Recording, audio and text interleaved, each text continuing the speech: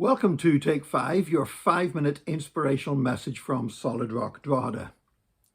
I saw something on Facebook and it was so good, I thought, I really hope this isn't fake.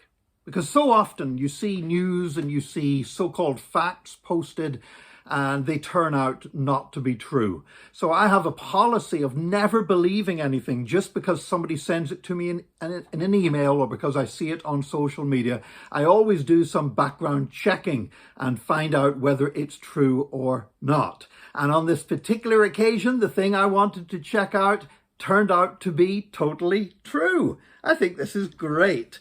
Last Saturday, Harrison Mumia, who is the president of the Atheists in Kenya Society, he issued a press release, and this is what it says. This evening, regretfully, the secretary of the Atheists in Kenya Society, Mr. Seth Mahiga, informed me that he has made the decision to resign from his position as secretary of the society.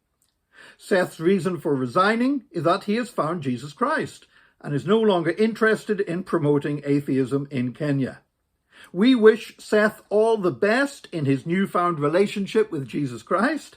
We thank him for having served the society with dedication over the last 1.5 years, and then the rest of the press release is asking people to send in applications to become the new secretary of the Atheists in Kenya Society.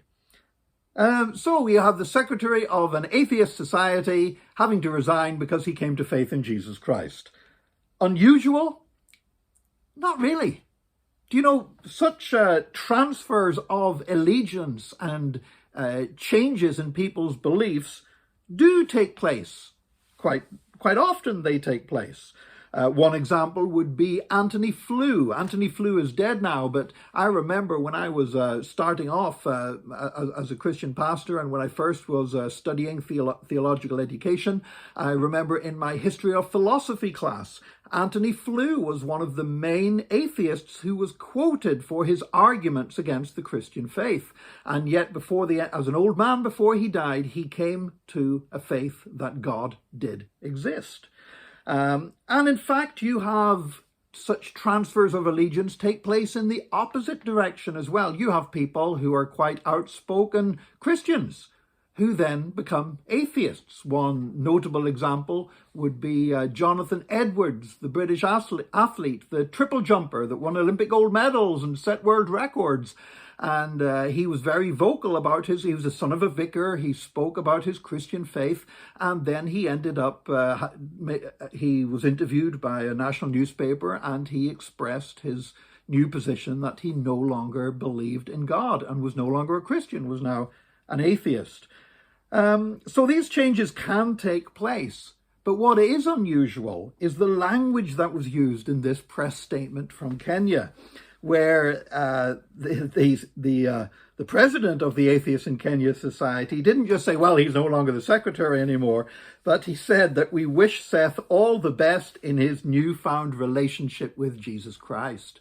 Because, of course, switching your beliefs from one belief to another is absolutely pointless unless you enter into a relationship with Jesus Christ.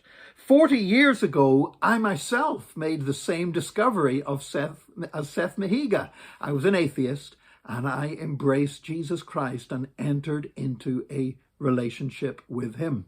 And what I like about this statement from the Atheists in Kenya Society is that they're prepared to offer their good wishes and even wish him well in his relationship with Jesus. You know, as Christians, we don't have to be hateful towards people who have very different beliefs from us.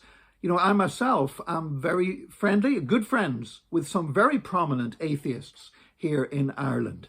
And I have to say, I would love them to make the change that Seth Mahiga made. I would love them to find a relationship with Jesus Christ.